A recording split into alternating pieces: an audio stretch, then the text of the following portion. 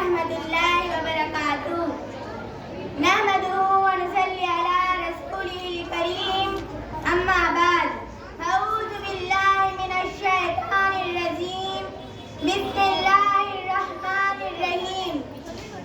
वजूद वज़न से है तस्वीरे कायनात में रंग। वजूद वज़न से है तस्वीरे कायनात में रंग। उसी के साथ से है जिंदगी साज दरों। शर्फ में बढ़ के सुरैया से मुश्ताक इसकी। शर्फ में बढ़ के सुरैया से मुश्ताक इसकी कि हर शर्फ है इसी दर्ज कदर नखूं। मेरी प्यारी इस्लामी माओ और बहनों, आज के इस बस में सुबह में मेरा मौज़ू कलाम है वक्त का सुलगता हुआ मौजू हुकूक निस्वा यानी औरतों के हुकूक। इस्लाम का सही तौर से मुताला करने से हमें मालूम होता है कि इस्लाम ने औरतों को जो मकाम और मर्तबा बख्शा है और जो हुकूक अता किए हैं, दुनिया में शायद ही किसी मजहब ने औरतों को वो अजमत व रफ़अत, हुकूक व इंसाफ, इज्जत व बुलंदी अता की है।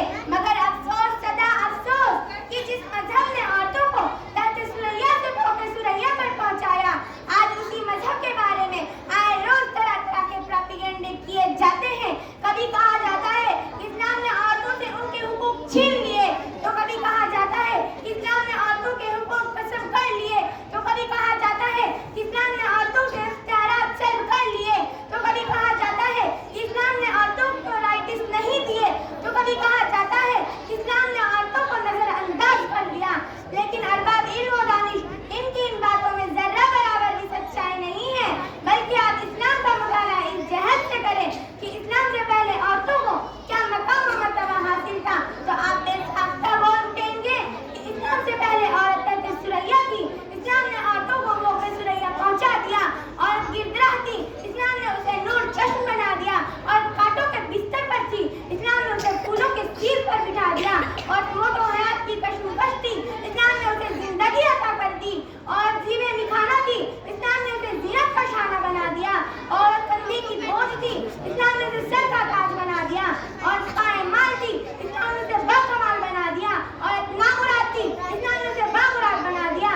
और खेल समझना थी, इस्लाम ने उसे बेहतरीन मता बना दिया। और जहर थी, इस्लाम ने उसे दवा बना दिया। जी हाँ, तारीख शाहिद है, मेरा दावा सच्चा है। कदीम यूनान में औरतों को शैतान की बेटी और नजासत का मुजस्समा समझा जाता था। वह गुलामों की तरह बाजार में बेची जाती थी। और रूमियों ने औरतों को जानवरों का मकाम दिया था। निकाह को औरत के खरीदने का जरिया समझा जाता था। मामूली कसूर पर लड़कियों को जिंदा तदकोर देते थे। अहले अरब जमाना जाहिलियत में औरतों को कत्ल कर दी जाते थे, इनकी किफालत के बोझ समझे जाते थे। यहूदियों के यहाँ काफी अर्सा तक इस बात का इख्तिलाफ रहा कि औरत इंसान भी है या नहीं। बहुत से लोगों को ख्याल था कि इंसान नहीं बल्कि मर्दों की खिदमत के लिए इंसान नुमाया हैवान है। हिंदुओं के यहाँ औरतों को जुदागाना हैसियत तस्लीम न की जाती थी। अगर शौहर मर जाए तो औरत कातिल फक्र औरत को समझी जाती थी, जो शौहर चिता के साथ जिंदा जलकर मर जाए। ईसाइयों के यहाँ औरतों को बेजान और बेरूह समझी जाती थी। गोया वह एक जिंदा लाश की तरह थी जिसकी जिंदगी और मौत की कोई हकीकत ना थी। और औरतों के हुकूक की बात करने वालों, तुम कहते हो कि हमने औरतों को हुकूक दिए हैं, लेकिन मैं कहती हूँ कि तुमने औरतों से उनके हुकूक छीन लिए हैं। हाँ, तुमने औरतों से उसका घर का गिरफ्तान छीन लिया है। तुमने औरतों के हुस्न को एक तमाशा बना दिया है। तुमने औरतों की खूबसूरती का सरेआम मजाक बना दिया है। तुमने औरतों के दिल से उसकी मांग को छीन ली है। तुमने औरतों की इज्जत और आबरू को तार-तार कर दिया है। तुमने औरतों की जवानी को एक तमाशा बना दिया है।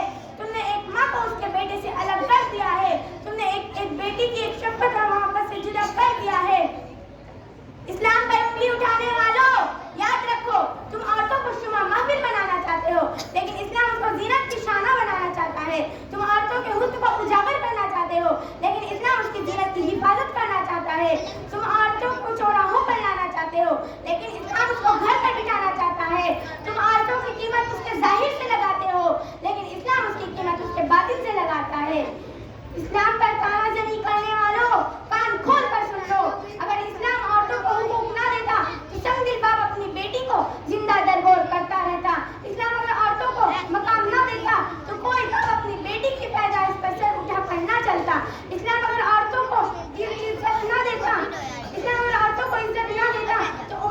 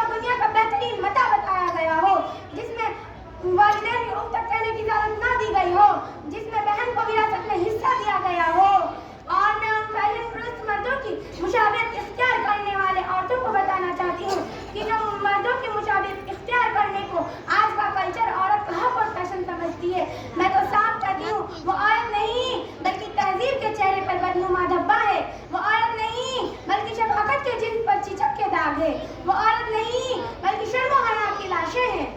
وہ عورت نہیں بلکہ عورت کا کوئی مشکل شدہ ایڈیشن ہے. وہ عورت نہیں